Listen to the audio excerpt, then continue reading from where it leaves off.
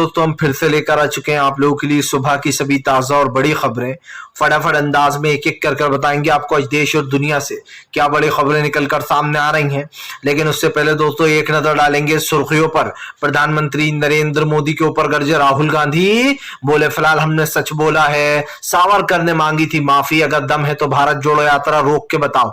वहीं पर अगली बड़ी खबर में हम आपको बताएंगे दोस्तों असदुद्दीन ओवैसी का बीजेपी के ऊपर बड़ा हमला, बोले सावरकर का इतिहास यही है। जी हाँ, ओवैसी ने भी सपोर्ट कर दिया। वहीं पर अगली बड़ी खबर में हम आपको बताएंगे आरजेडी नेता, जी हाँ, तेजस्वी यादव का बीजेपी के ऊपर बड़ा हमला, बोले 2024 में बीजेपी जा रही है इसीलिए बौखला रही है। वहीं पर अगली बड़ी खबर में हम आपको बताएंगे संजय रावत ने गठबंधन तोड़ने की दी धमकी, बोले सावरकर के बारे में ऐसी बातें नहीं सुनेंगे, गठबंधन भी तोड़ सकते हैं, इसके बारे में बताएंगे दोस्तों। वहीं पर अगले बड़े खबर में हम आपको बताएंगे चाचा शिवपाल ने दिया डिंपल यादव को आशीर्वाद, बोले फिलहाल खून पसीने से सींचेंगे नेताजी की जमीन को। जी हाँ, बताएंगे कैसे अखिलेश मिलने पहुंचे थे। वहीं पर अगली बड़ी खबर में हम आपको बताएंगे दोस्तों केंद्र सरकार का दिखावा, राजीव गांधी के हत्यारों को फिर से जेल में डालो। सुप्रीम कोर्ट में एक याचिका दायर की गई जिसमें पुनः विचार करने की बात कही गई है। जिन लोगों ने दोस्तों आप समझिए छुड़वाया दोषियों को, अब वही वापिस अंदर लेने की बात कर रहे हैं। बताएंगे कैसे फंसती हुई नजर आ रही है बीजेपी। वहीं पर अगली बड़ी खबर में हम आपको बताएंगे दोस्तों गुजरात में सीधी टक्कर मोदी सरकार से लेंगे राहुल गांधी, जी हां, आपका भी करेंगे पत्ता साफ। वहीं पर अगली बड़ी खबर में हम आपको बताएंगे दोस्तों, दरअसल आपको बता दें सावरकर को लेकर आरजेडी नेता शिवानंद तिवारी का बीजेपी के ऊपर हमला, बोले राहुल पे केस दर्ज करने से कुछ नहीं होगा, सच्चाई यही है जो राहुल गांधी ने बोला है। वहीं पर अगली बड़े खबर में हम आपको बताएंगे दोस्तों, दरअसल आपको बता दें आजम खान से, जी हाँ, वोट देने का भी अधिकार अब छीन लिया गया। दरअसल वोटर लिस्ट से आजम खान का नाम ही गायब कर दिया। ये दोस्तों एक तरीके से ये कह सकते हैं कि नाइंसाफी हो रही है आजम खान के साथ, इसके बारे में भी बताएंगे। तो सारी खबरें फटाफट अंदाज में देंगे, एक एक कर देंगे। फिलहाल फिर चलिए बढ़ते हैं सबसे पहली और सबसे बड़ी खबर की ओर। दरअसल दोस्तों आपको बता दें राहुल गांधी का केंद्र सरकार के ऊपर बड़ा हमला, बोले कोई माफी नहीं मांगेंगे, अगर दम है तो भारत जोड़ो यात्रा रोक दो। आपको बता दें राहुल गांधी ने बीजेपी के नेता पर पलटवार किया है।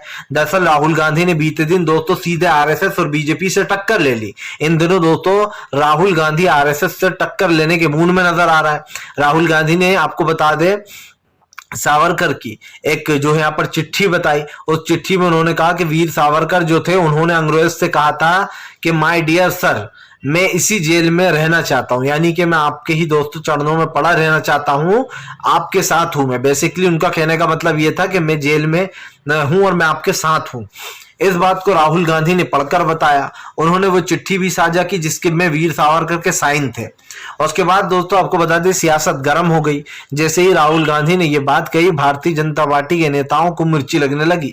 कुछ लोगों ने कहा कि भारत जोड़ो यात्रा को यहीं पर रोक देना चाहिए। एकनाथ शिंदे और फडणवीस ने भी इस पर आपत्ति जताई थी और यहां तक कि दोस्तों शिवसेना ने भी किनारा कर लिया, क्योंकि जाहिर सी बात है शिवसेना में भी थोड़ा अंश बीजेपी का है।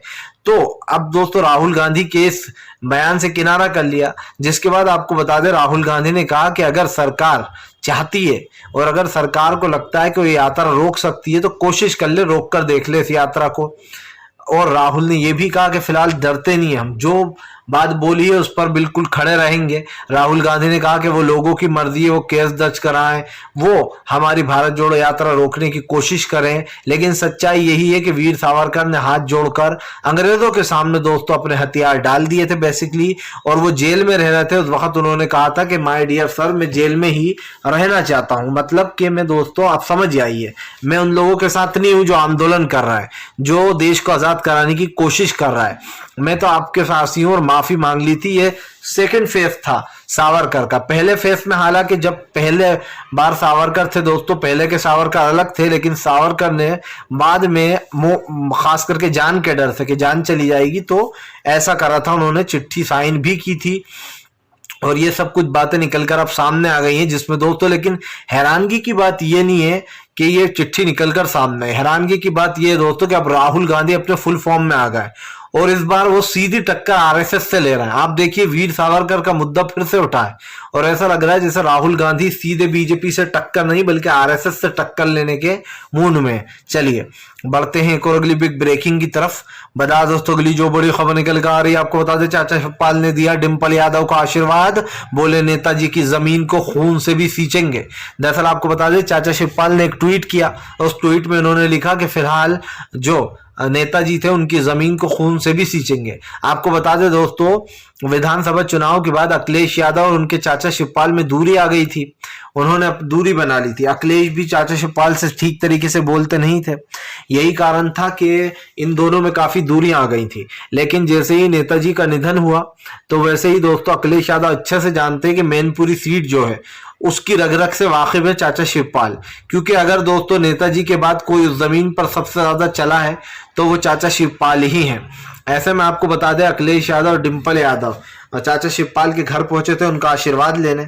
वहीं दूसरी तरफ आपको बता दें जैसे ही अखिलेश यादव और डिंपल घर पहुंचे तो चाचा शिवपाल ने भी उनको आशीर्वाद दिया और ट्वीट भी कर दिया।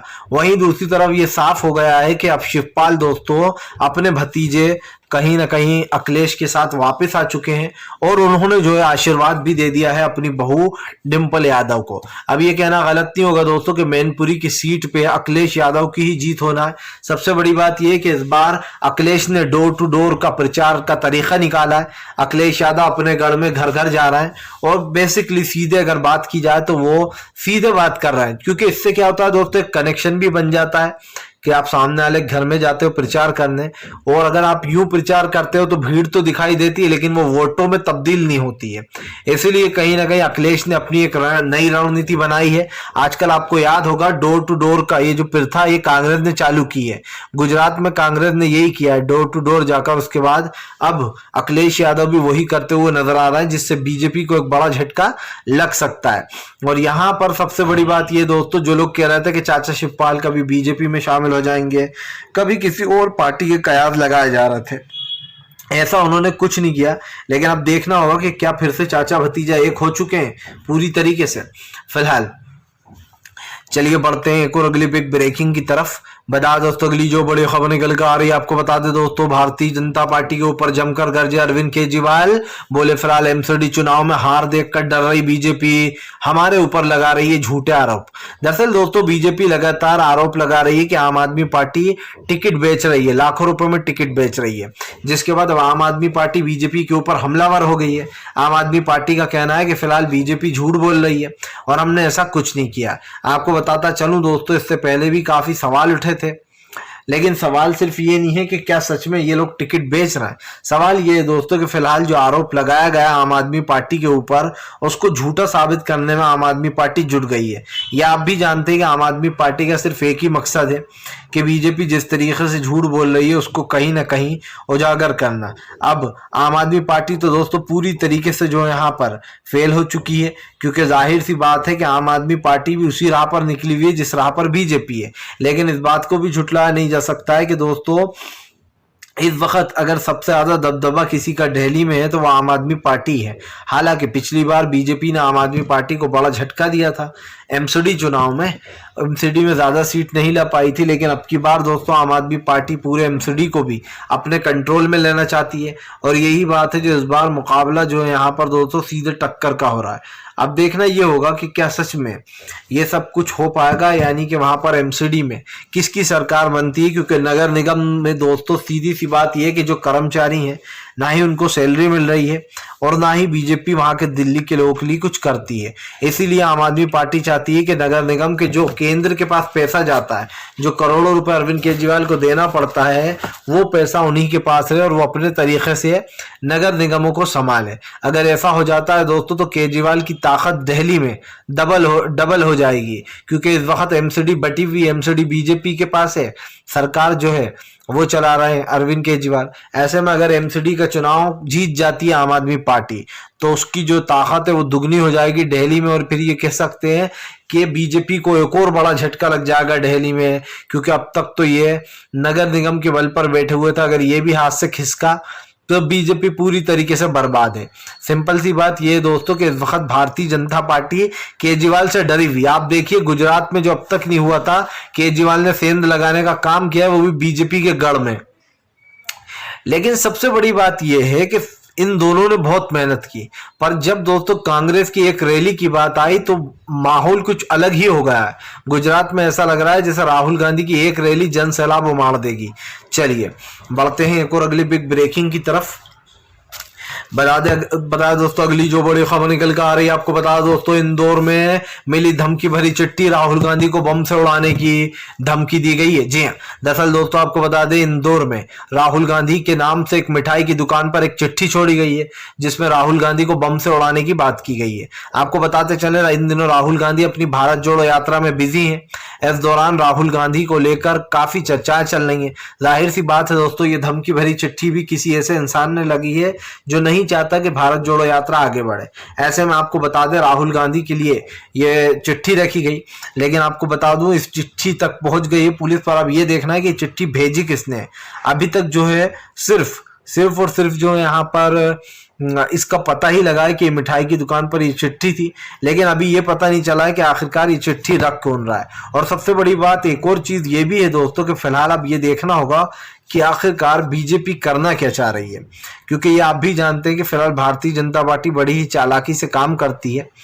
अब ऐसे में दोस्तों ये समझ में नहीं आ रहा है कि फिलहाल चल क्या रहा है, क्योंकि आप भी जानते हैं कि राहुल गांधी की भारत जोड़ो यात्रा से डर कौन रहा है। तो क्या ये बम भरी चिट्ठी उसी किसी विपक्ष पार्टी ने रखवाई है या फिर ये सच में किसी की शरारत है, ये देखना दिलचस्प है। क्योंकि दोस्तों इस वक्त राहुल गांधी भारत जोड़ो यात्रा में बिजी है और राहुल गांधी की सेफ्टी को लेकर खास करके बड़ी बात इसलिए भी सामने आ जाती है क्योंकि अब महाराष्ट्र के बाद डायरेक्ट राहुल गांधी मध्य प्रदेश ही पहुंचेंगे।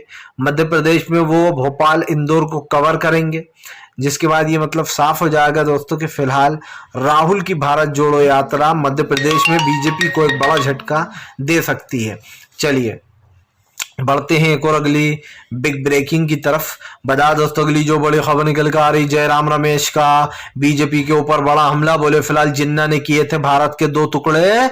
जी हां, आपको बता दें जिन्ना के साथ मिलकर वीर सावरकर ने देश के का विभाजन कर दिया था। दरअसल दोस्तों वीर सावरकर को लेकर कर से ही घमासान है।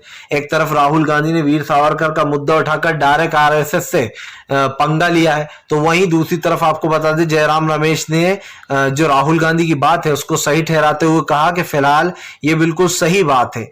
2 नेशन थ्योरी जो है दोस्तों वो किसी और ने नहीं बल्कि वीर सावरकर और जिन्ना ने मिलकर बनाई थी। अब 2 नेशन थ्योरी क्या होती है दोस्तों, यानी कि देश का विभाजन करना कि एक हिस्सा पाकिस्तान होगा, एक हिस्सा जो है वो इंडिया हो जाएगा। जबकि दोस्तों पाकिस्तान और इंडिया अलग अलग नहीं था, ये तो वीर सावरकर दोस्तों और जिन्ना का ही प्लान था जो इन दोनों ने मिलकर 2 नेशन, आप समझिए, देश का विभाजन कर दिया था। जिसके बाद 2 नेशन थ्योरी पर अब जब ये सवाल उठता है तो हमेशा यही सवाल मन में आता है कि वीर सावरकर की वजह से ही देश के 2 टुकड़े हुए। लेकिन सबसे बड़ी बात यह भी है कि राहुल गांधी ने जो कहा कि वीर सावरकर ने माफी मांगी थी, उस चीज पर बीजेपी को इतना बुरा क्यों लग रहा है? बीजेपी को लगा तो लगा दोस्तों, कई शिवसेना के संजय रावत ने तो यहां तक कह दिया कि राहुल गांधी को ऐसे बयान से बचना चाहिए, हो सकता है हम अपना गाड़ी भी टूट जाए। ये सब कहने की बातें हैं दोस्तों। सब जानते हैं कि शिवसेना हो चाहे बीजेपी, सब लोग झूठा ढोंग दिखाते हैं कि भैया हमें हिंदू वोटर वोट नहीं देंगे अगर हमने सावरकर को गलत कह दिया तो। और इसीलिए दोस्तों उन वोटरों के वोट बचाने के लिए ये लोग जो है अपने मन पे पत्थर रखकर सावरकर को भी सही ठहराने की कोशिश करते हैं और वीर सावरकर को सही बताते हैं।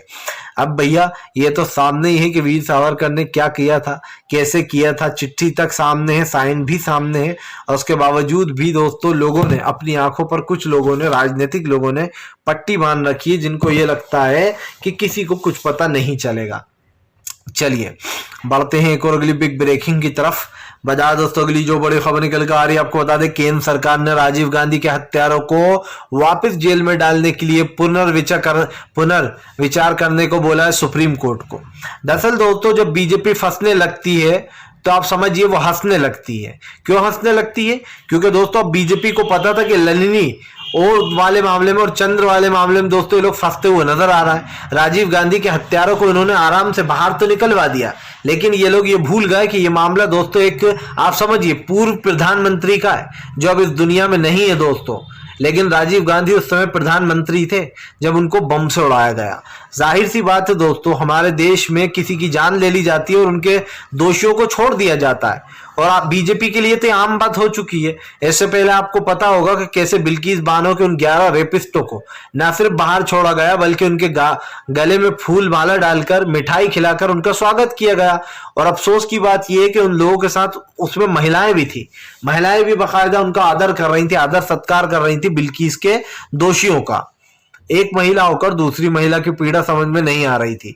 सिंपल सी बात यह है दोस्तों कि अब जब राजीव गांधी के मामले में बीजेपी फंसने लगी तो केंद्र ने नाराजगी जताई है।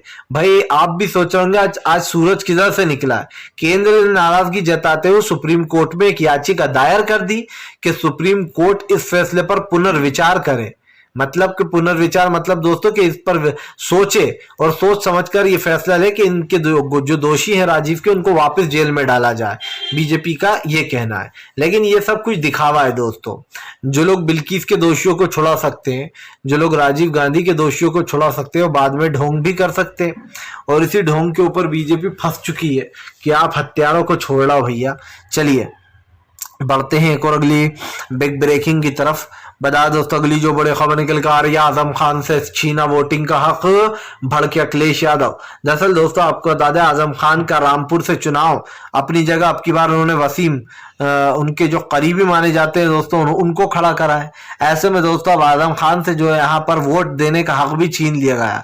आपको बता दें रामपुर से असीम राज जो है उनको खड़ा किया गया है। असीम राज को जो है आजम खान ने अपनी रामपुर वाली सीट से खड़ा किया है। उन्होंने कल नामांकन भी भर दिया था, नामांकन भी कर दिया था, लेकिन उसके बाद दोस्तों आपको बता दें अब आजम खान की जो सदस्यता तो रद्द हुई लेकिन उनसे वोट देने का अधिकार भी छीन लिया गया। दोस्तों मुझे तो समझ में नहीं आ रहा हमारे देश में चल क्या रहा है। यकीन मानिए कभी कभी देश के कानून पर हंसी भी आ जाती है कि एक तरफ तो दोस्तों यति नरसिंहानंद, नुपुर शर्मा, जिंदाल और बीजेपी के टी राजा जैसे नेता खुलेआम भड़काऊ भाषण देते हैं। कोर्ट इनको क्या क्या कहकर बेल दे देता है कि हमें उम्मीद है अब आप दूसरी बार ऐसा नहीं करेंगे, भड़काऊ भाषण नहीं देंगे। लेकिन अफसोस की बात यह है कि यति नरसिंहानंद अब तक जब से उसे बेल मिली है तब से अब तक 50 वो विवादित बयान दे चुका है, और वो भी मुस्लिमों के ही खिलाफ और हिंदू भाइयों के धर्म के भी खिलाफ। लेकिन उसके बावजूद भी दोस्तों आप समझिए, उसके बावजूद भी यति नरसिंहानंद की बेल को कैंसिल नहीं किया गया, उसको कोई सजा नहीं सुनाई गई।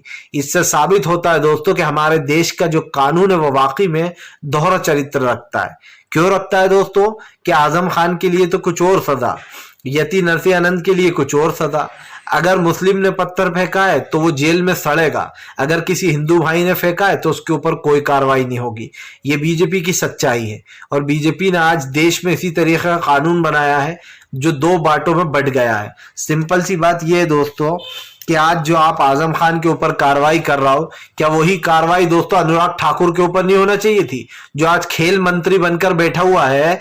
उसने क्या भड़काऊ भाषण दिया था दिल्ली में, गोली मारो साले गद्दारों को।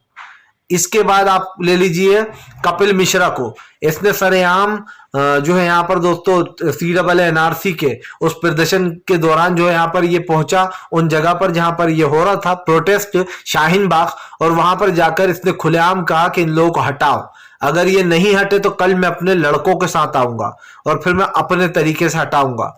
ये भड़काऊ भाषण, इतने ज्यादा भड़काऊ भाषण दिए। अभी पैगंबर मोहम्मद पर नुपुर शर्मा ने दिया, और उसके बाद टी राजा ने भी वही करा।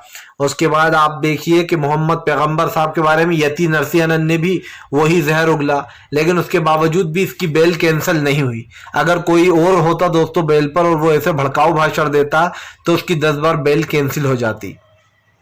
और इसीलिए मैं कह रहा हूं कि बीजेपी दोस्तों दोहरा चरित्र रखती है। हमारे देश की कानून व्यवस्था पर इन लोगों ने शिकंजा कस लिया है, ये अपने मन मुताबिक फैसले दिलवा रहे हैं दोस्तों, और ये साफ देख रही है जनता।